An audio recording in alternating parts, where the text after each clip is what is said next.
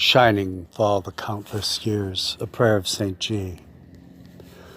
Mountain silent, mountain sleep, face of granite, spirit seep. Into heaven, heaven leap, the mountain of storms, its secrets keep. These so high we try to elevate our humanity by their presence, while in the seafloor are deeper modes of being.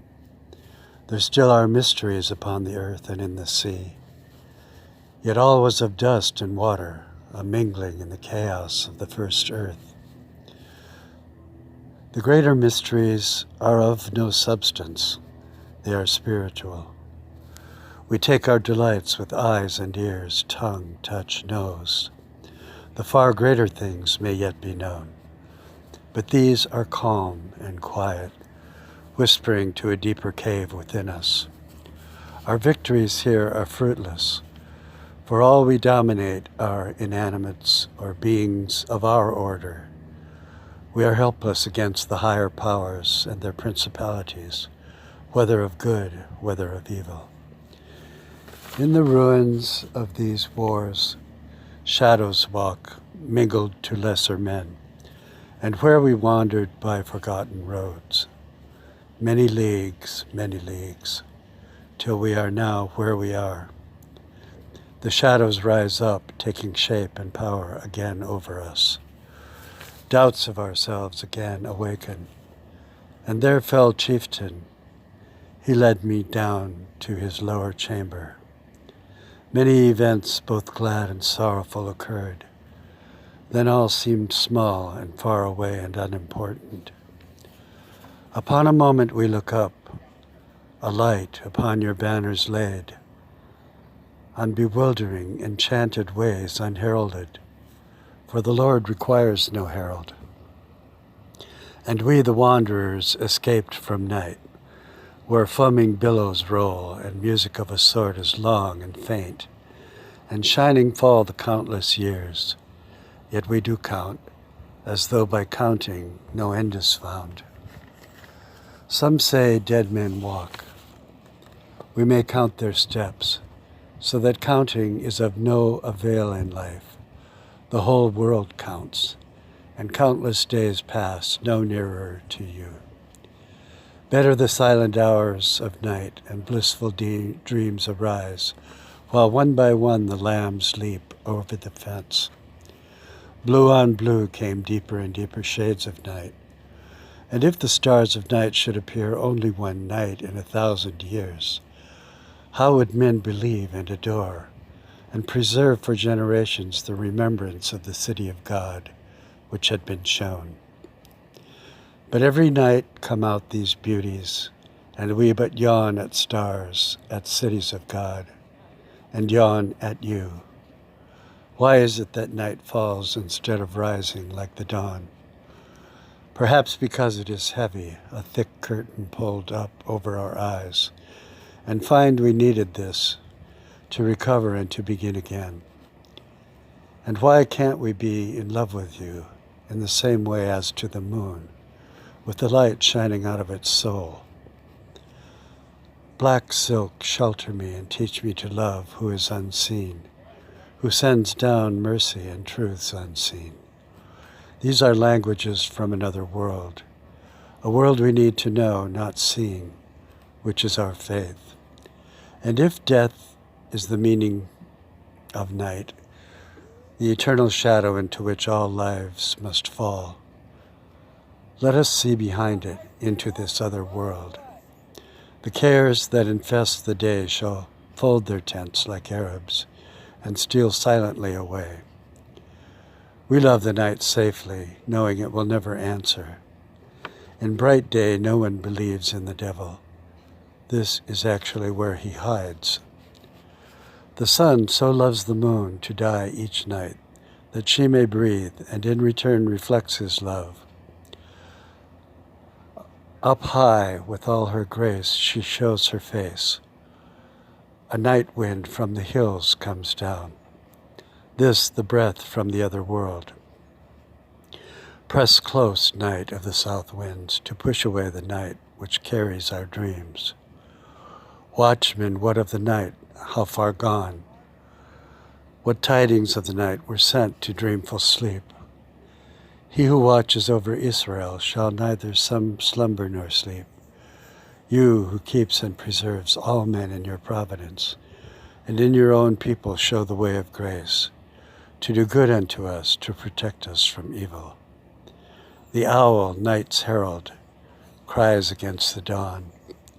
All painted black, the flowers which were bright in day, the birds, the fishes of the sea. For in the dead, vast, and middle of the night, he who wears its cloak, to set upon our mind the terrors of our heart. Night, the mother of fear and mystery, comes upon us, drapes us with foreboding. Any man with fierce action of his hand, as if he sprinkled hatred on the ground, wished to destruction the populace of night, and then strode out against the darkness. And this done only in the light of him who is the light, so that our heart and mind join ranks to go forward in faith. But we should come to know the light, the night, far from it a great sense of sweeping things. For from it a great sense of sweeping things tumbles from its shroud. But our heart is overfull of little things, and cannot bear courage enough to do what is right. The sigh of all the seas breaks measure round the isles. The night wrapped them.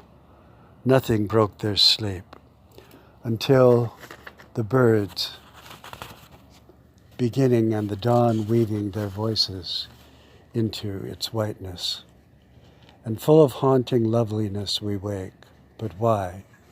Only because you have given us to forsake or to do good.